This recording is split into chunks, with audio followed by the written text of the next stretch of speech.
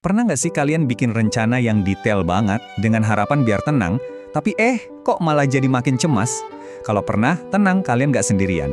Hari ini kita bakal bongkar nih paradoks overthinking yang menarik banget, di mana saking banyaknya kita mencoba mengontrol, kita justru kehilangan kendali. Yuk, kita mulai. Kedengeran familiar banget kan? Rasanya semua udah disusun rapi, semua udah di-list, tapi rasa khawatir itu bukannya hilang, malah makin menjadi-jadi. Nah, ini masalah yang umum banget, di mana usaha kita buat mengontrol segalanya justru jadi bumerang. Akhirnya kita malah nggak ngapa-ngapain. Istilahnya analisis paralisis. Oke, kita masuk ke bagian pertama, paradoks rencana. Dan ini uniknya, masalahnya tuh bukan karena kita kurang rencana. Sama sekali bukan. Justru sebaliknya, kita dihantui rasa takut kalau rencana super detail yang udah kita susun capek-capek, pada akhirnya bakal gagal. Nah, ini dia nih yang menarik banget. Kita mungkin mikir, kalau hidup nggak direncanain, pasti cemas. Tapi ternyata, pas kita bikin rencana yang super-duper terstruktur, hasilnya sama aja, cemas juga. Mau kurang rencana atau kebanyakan rencana, dua-duanya bisa bikin kita capek banget dan ngerasa stuck. Coba deh lihat semua senjata ini. Vision board, Google Calendar, jadwal harian yang detail, sampai journaling. Lengkap kan? Dalam cerita yang kita bedah ini, sang narator pakai semua ini loh setelah dia resign. Tujuannya sih bagus ya, biar hidupnya lebih terarah. Tapi anehnya, semua keteraturan ini malah bikin dia capek banget. Kok bisa ya?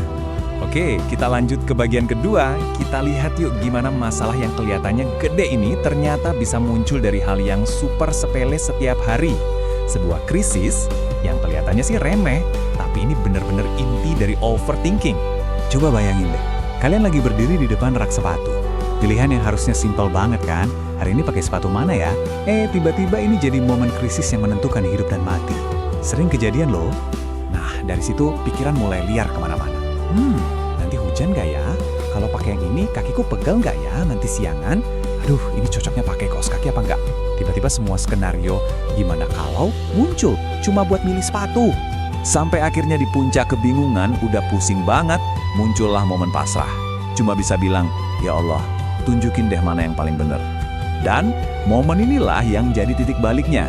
Momen di mana kita akhirnya ngelepasin kontrol. Oke, kita masuk ke bagian ketiga. Gara-gara krisis sepatu tadi, malah muncul pencerahan. Sebuah kesadaran yang penting banget dan ternyata jadi solusi dari semua ini.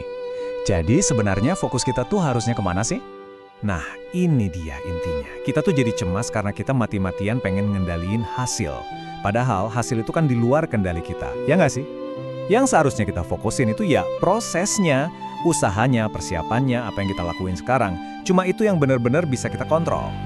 Terus, gimana caranya? Gini, ada 3 langkah praktis.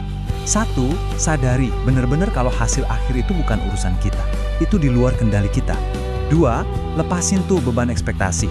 Jangan sampai harga diri kita diukur dari menang atau kalah. Dan yang ketiga, yang paling penting, fokus total ke prosesnya. Lakuin yang terbaik yang kita bisa saat ini juga. Pola pikir kayak gini ngebawa kita ke bagian keempat. Ke sebuah konsep yang kuat banget tapi sering salah diartiin. Namanya tawakal.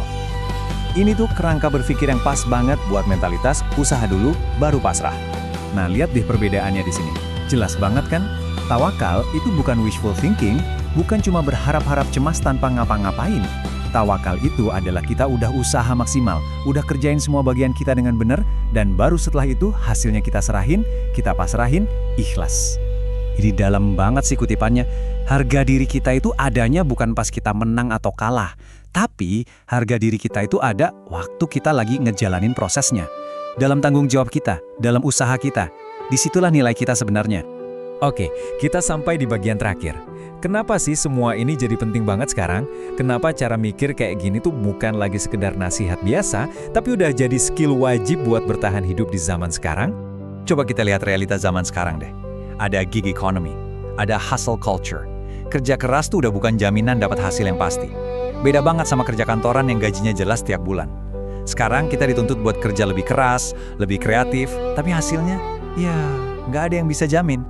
Jadi intinya apa? Di dunia yang serba nggak pasti ini, kemampuan kita buat ngelepasin beban mikirin hasil, itu jadi skill bertahan hidup yang krusial banget. Ini cara kita buat ngejaga mental kita tetap waras, biar nggak burn out, dan biar bisa terus jalan ke depan. Nah, sebagai penutup, Saya mau kasih satu pertanyaan buat kalian renungin. Coba deh pikirin, ada nggak satu beban, satu kekhawatiran soal hasil yang selama ini ngeganjel di pikiran kalian? Beban apa yang bisa kalian pilih buat dilepaskan mulai hari ini juga, supaya kalian bisa fokus penuh sama prosesnya? Terima kasih sudah menonton video ini. Jangan lupa like, komen, dan subscribe kalau kamu merasa video ini bermanfaat.